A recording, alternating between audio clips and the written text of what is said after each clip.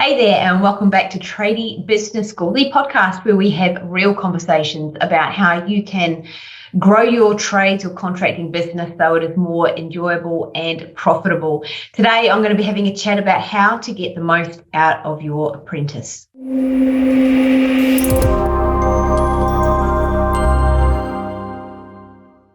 Let's face it, hiring an apprentice can be challenging and it can be rewarding. But how do you get the most out of them and create a place that they want to stay and grow with your business? You know, hiring an apprentice is so common. It's an investment. It's an investment in your time and your commitment to their development. And most of the time, an apprentice, unless you hire a mature age apprentice, most of the time an apprentice, well, they're a baby. They are fresh out of school and it's their first ever job. It's a time where their beliefs around what work is get formed. It's a time where they are finding themselves, they're learning and they're growing, they're finding their feet. It is a huge jump to go from the world of school or from unemployment into the 9 to 5 of the workplace. So there's a lot of adjustment for them as they come in, a lot of investment for you. Many trades or contracting businesses will hire an apprentice. It's cheaper for me to hire an apprentice. I need an extra set of hands.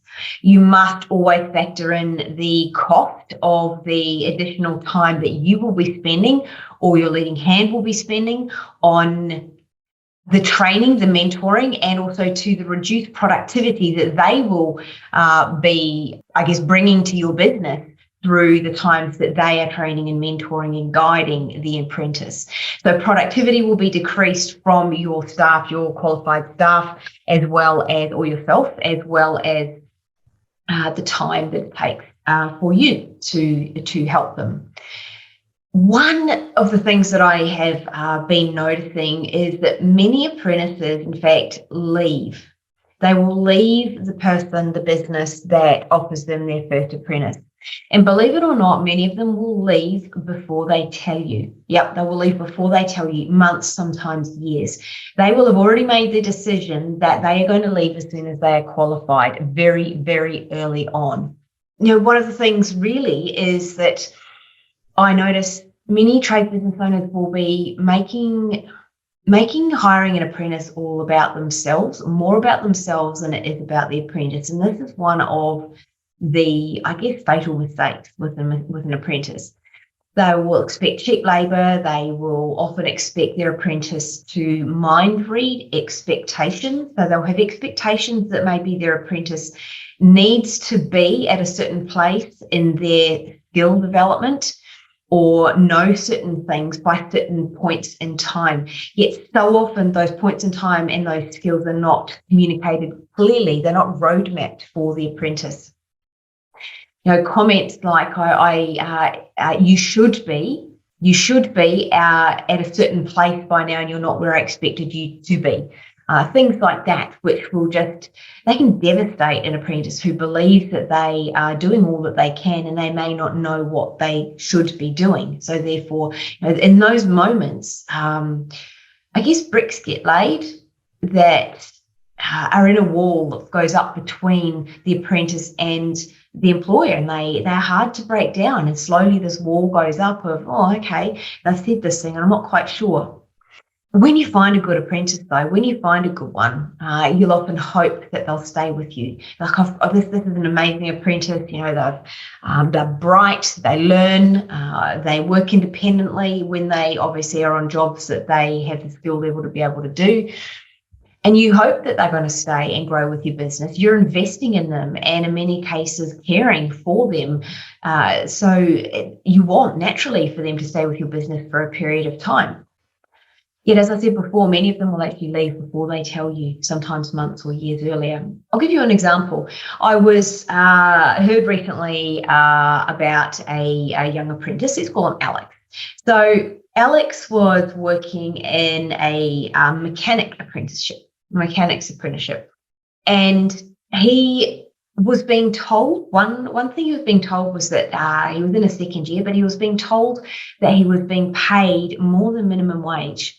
You're being paid more than minimum wage. Now, as he found his feet and he understood a few things, like he learned, Fair Work Australia steps out, he had a look. He had a look on the website, only to find out that he was being paid minimum wage. In fact, he was being paid 1 cent less than minimum wage. So, 1 cent doesn't matter, but it was in his mind, he's like, wow, I'm being paid minimum wage. In fact, I'm being paid less than minimum wage. And yet my employer has told me that they're taking care of me and I'm being paid more than minimum wage.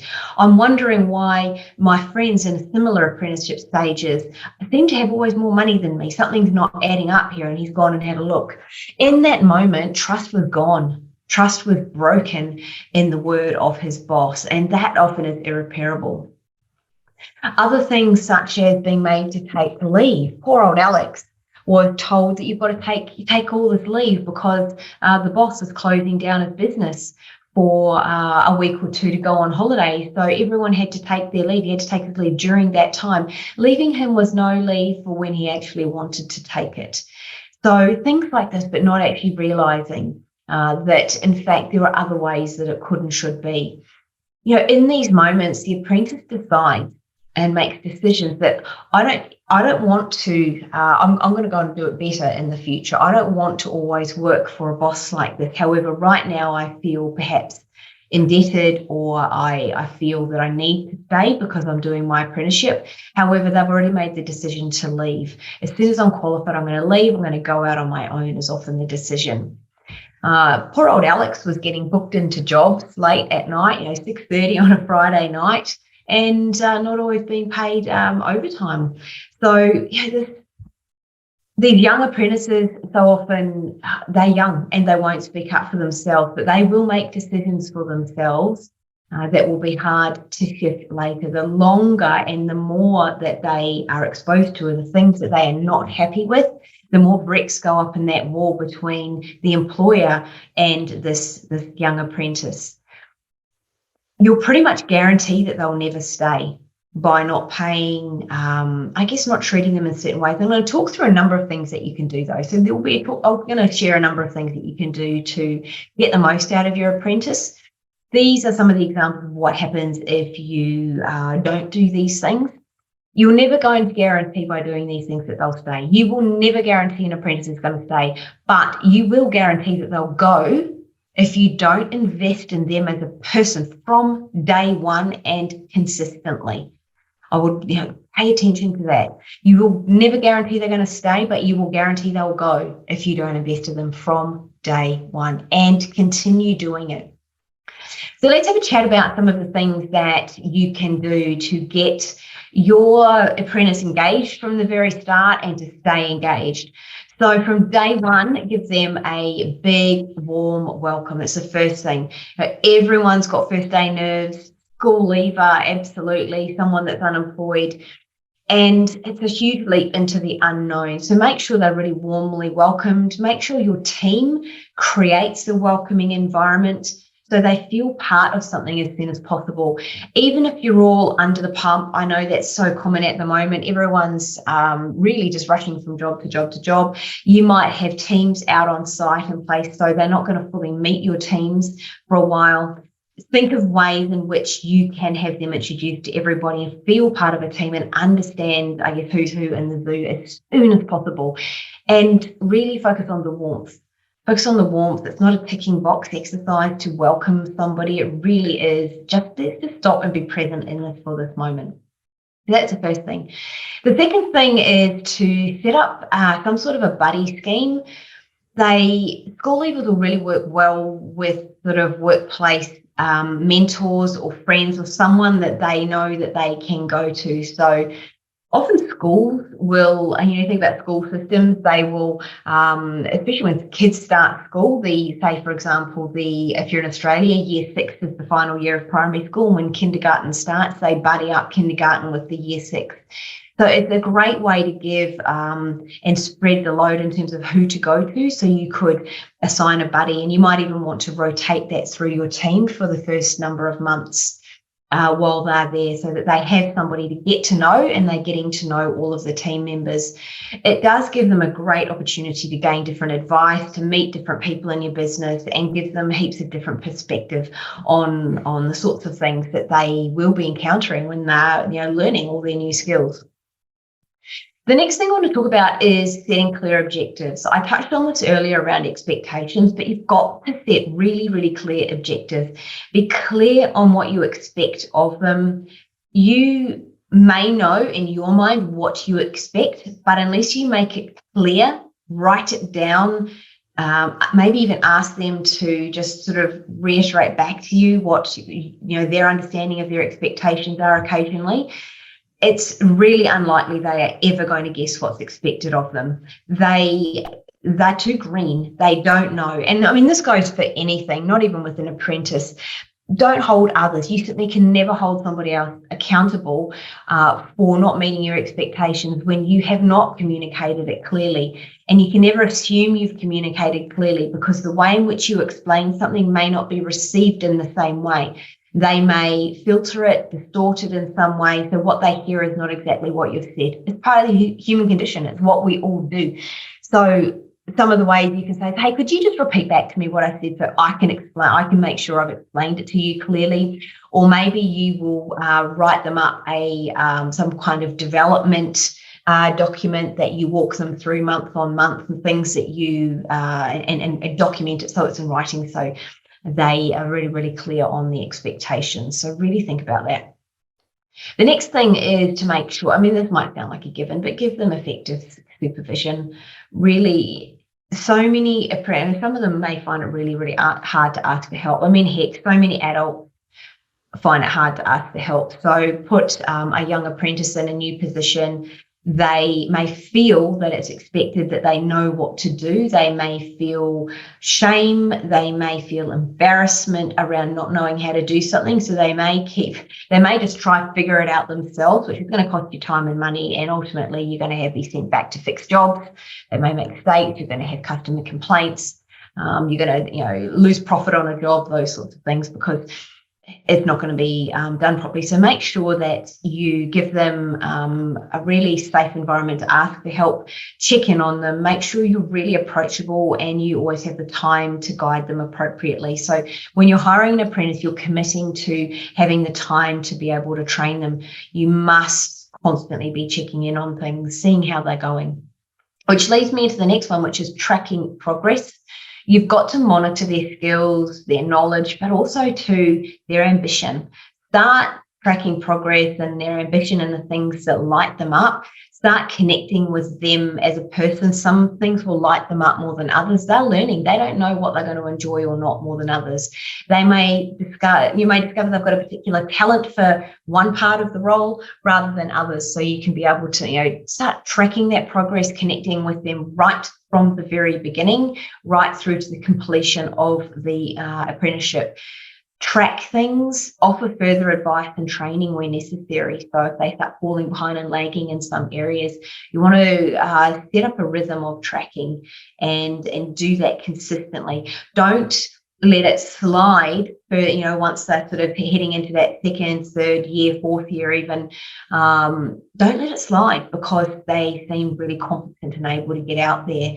Keep tracking them all the way through. The next one is making sure that you are an effective communicator. You have to be an effective communicator. An effective communicator has 2 ears and 1 mouth. 2 ears and 1 mouth. You must ask questions of them and listen to what they say. Listen to what they're really saying. Take the time out not just to talk to them, but listen as well. So ask more than you speak. And if you notice that you're somebody that likes to over-explain things, just notice where you start repeating and looping on what you're doing. Stop and check in on what you're sharing with them and listen to what they feed back. If you notice you're having a conversation with them and you've heard your own voice more than you've heard theirs, then that's a really good sign that you've got to wind back, dial down how much you're speaking and open the space for them, so that they can speak up.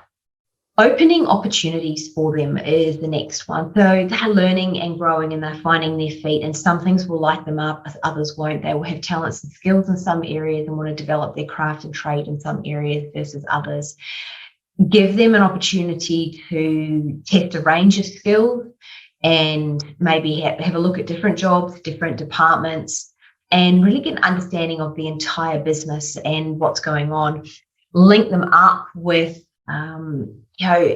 other people in the business that they may not necessarily always work with, but just give them a chance to understand the bigger operation of your business, depending on how big you are. Even if it's all you at the moment and one apprentice, talk to them about some of the behind the scenes things about running a business, because so many apprentices decide that it's really easy to run a business and they're going to get the qualification and I'm going to go out on my own. And this is where we get this replication of people going out and working alone and realizing they don't know how to run a business, and then they don't make any profit and they make no time, and they end up in a position where they're not making any money. So it's not always as easy to run a business. And I think, as you well know, if you're listening to this, you're working things out as well yourself, as so many business owners are. It's not always taught. So open them up and have some conversations so they understand the breadth and scope of what it takes to run a business. And what this will also do is mean that when you start growing and you start stepping back and getting off the tools yourself, they're not going, well, hang on a second, I'm at work all day. What are you, I'm on the tools. You're not on the tools. What are you doing? They will understand more than what it takes to run a business, and that you must step off the tools to be able to drive marketing, drive sales, check out and improve efficiencies, build relationships, all of those things. Monitor and do your quotes, know your numbers, check your profitability, all of those things. And so they'll understand that it is not as simple as just being on the tools to get the money and billing jobs. Oh, the next one is so important. Practice what you preach. Practice what you preach. Walk your talk. Set a good example always. Don't tell your apprentice to do something and don't do it yourself. I have seen this. It's like, oh, do what I say, not what I do, and then the boss walks off laughing. So no, don't do that. If you've done that, don't do it, because they will learn. So hang on a second, he tells me to do something but doesn't do it himself, or he or she. So you must do it always, even when they're not looking. Because people know, they know when you're putting on an act for certain things, but you must do what you say. The next one is it's sort of similar to opening up opportunity, but it is really about developing your apprentice. An apprentice isn't just here for the apprenticeship. At the end of the program and of their qualification, you should have a really good understanding of where their skills lie and what they want to do and develop as their career, not just at the end of it, but you keep talking to them all the way through. Open up opportunity within your business and start talking about that for them and develop that as they move through their apprenticeship. So this will form part of the constant tracking of progress. You will have regular performance reviews with them, check-ins. I would be having those quarterly, and constantly checking in on what it is that they want, where they see themselves, what they're liking, what they're loving, into their world.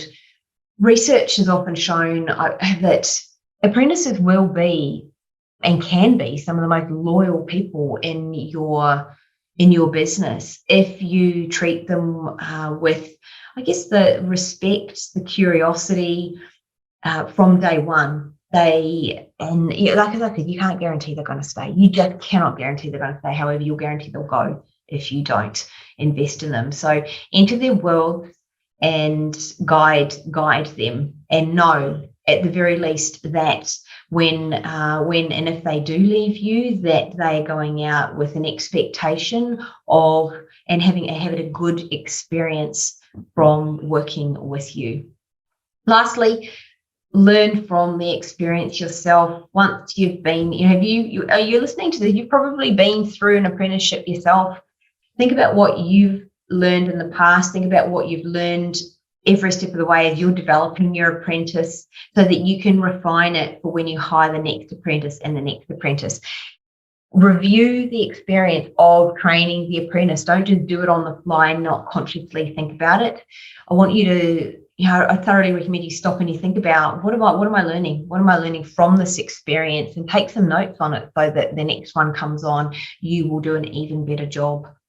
Oh, you might have heard the quote, train people well enough so that they can leave, treat them well enough so they don't want to. I think Sir Richard Branson said that. Train people well enough so they can leave, treat them well enough so they don't want to. So that's what you want to aim for. The cost of not treating them like this is that you'll guarantee that they will leave sooner than later. And as I said earlier, many of them decide they're going to leave long before you even get an inkling. So do this throughout the whole period. That's it. How to get the most out of your apprentice. Thank you for tuning in wherever you are. Drop a comment if you like this episode, share it, like it. Love it. And if you have not yet joined the free Facebook group Tradies and General Contractors Global, where we share tips and tricks on and other trainings on how you can run your trades or contracting business, then jump on in there. It's a free group. You'll find it on Facebook and jump on in there and you can start chatting and asking questions with other like-minded business owners. So until the next episode, bye for now.